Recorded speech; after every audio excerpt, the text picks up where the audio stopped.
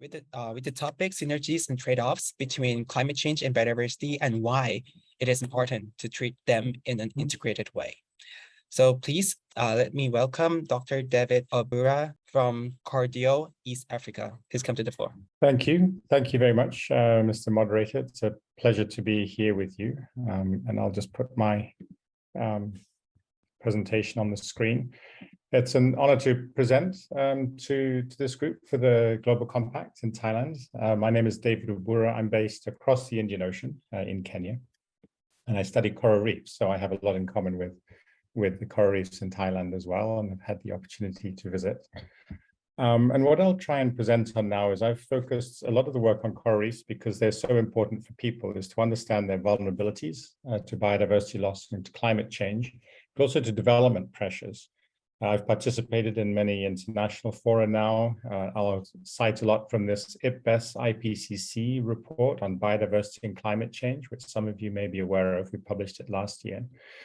And really a highlight that I will try and bring forward is that to really address these challenges in the future, a new conservation paradigm or a global paradigm is needed to address climate and biodiversity together, but also with a good quality of life for people, and to really focus on the social dimension as well.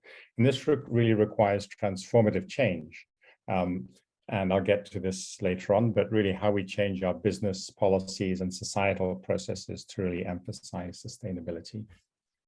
Now, I'll start with this graph from the Intergovernmental Panel on Climate Change, IPCC, their recent assessment report. I'm sure many of you are familiar with the graph on the left, which shows how temperature is projected to rise into the future, and some of the worst case scenarios in red and the best scenarios in blue at the bottom.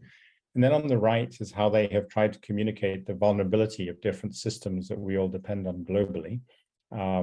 And there are 5 of them here. The one on the left, unique and threatened systems. So this, for example, is coral reefs, are highly vulnerable. They're already threatened at current levels of warming. And then next to them is extreme weather events. Again, we're very familiar with those intensifying around the world. And the important point to mention here is that we're at that orange line below. So already, it's moderate to high impacts for sensitive ecosystems and extreme weather.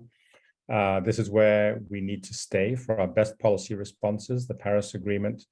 But the lines above in orange and red show where we're heading towards in the future with limited policy response, the current practices that we have in place now and the current commitments, which are pledges from countries, they're still not yet enacted. So we need to improve a lot. I'll cite quickly from coral reefs, the system that I work with, and we've already heard from earlier speakers, the high vulnerability of coral reefs. They're important because 25% of ocean species are supported by coral reefs, but we've already lost, we estimate, 50% of coral reefs globally, and we'll lose 70 to 90% of coral reefs totally by 2050, even with the best climate scenarios in the future because of the lock-in of past warming.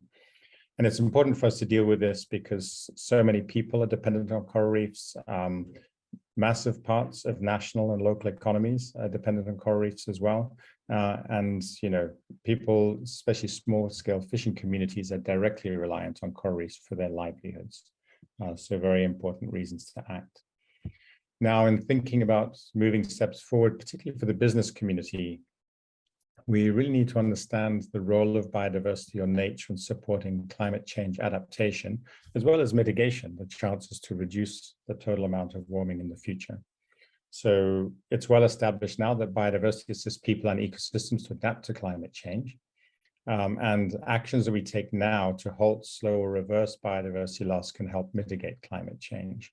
But important fact is that to really make the most of what ecosystems or nature can do for climate change, but also for us as human society, we really need 30 to 50% of the world's ocean and land to be not only effectively conserved or protected in protected areas, that's one of the targets, of course, it's already been mentioned, but these natural systems have to be intact and healthy. And there's a big role of natural systems outside of protected areas as well to play in this regard. And so we really have to sustain nature across 100% of our space rather than just focusing on the protected areas. But how to achieve this? This is a very challenging thing. I've pulled out this graph from the Climate and Biodiversity report that we produced. And this really shows the biodiversity actions on the left. We've already heard about the post-2020 Global Biodiversity Framework and its targets and COP15 coming up and how important those targets are.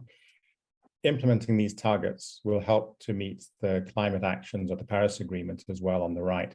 And only some biodiversity actions are not strongly supportive of climate action, but these relate to these red lines basically show a negative interaction from left to right. The blue lines show positive interactions and synergies.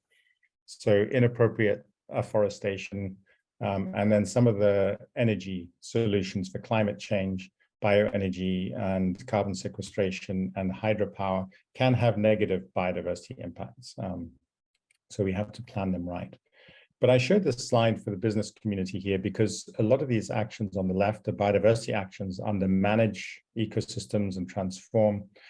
While we need to do those in the biodiversity community, these are really about sustainable business practices. So the value chains and sustainable agriculture, fisheries, and reducing pressure on ecosystems. And in the bottom, the business and financial reform that's really needed to implement solutions in the future. And it's very important for actors to realize this graphic here really tries to show how individual choices are so important, not only at national scales, but all the way down to individuals and communities and companies in the corporate sector as well.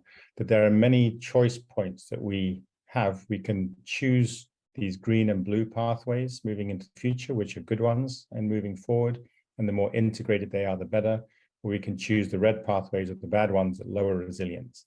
And there's many choices that corporates and sector-based entities can take. Science-based targets are being promoted now, and you can find them at that website and find out a lot more about those to help make those choices. And then I'll just finish with this slide. And one of the things that I try and emphasize is really to demystify the Sustainable Development Goals, is that they really help us to frame how we need to integrate biodiversity, climate, and social development together. So the picture on the right is just a depiction of the 17 SDGs in a circle around a local coastal area in East Africa. And really, if you can come from any of these Sustainable Development Goal perspectives. So I come from 14 and 15 for conservation, and these are the global conventions listed here on the left to find solutions for this local place. We've learned from the COVID pandemic, you can come from a One Health perspective with SDG 3 on the right, and you need to come to coherent actions that support one another. But then also in business, so SDG 8 below, unemployment and jobs, 12 on sustainable business practices. These all need to come into the same discussions and look at the local area to become sustainable. And on the left, just the SDGs reoriented in these stacks showing how the nature goals on the bottom support the economy goals in the second tier up. Then these support social welfare and benefits in the third tier up.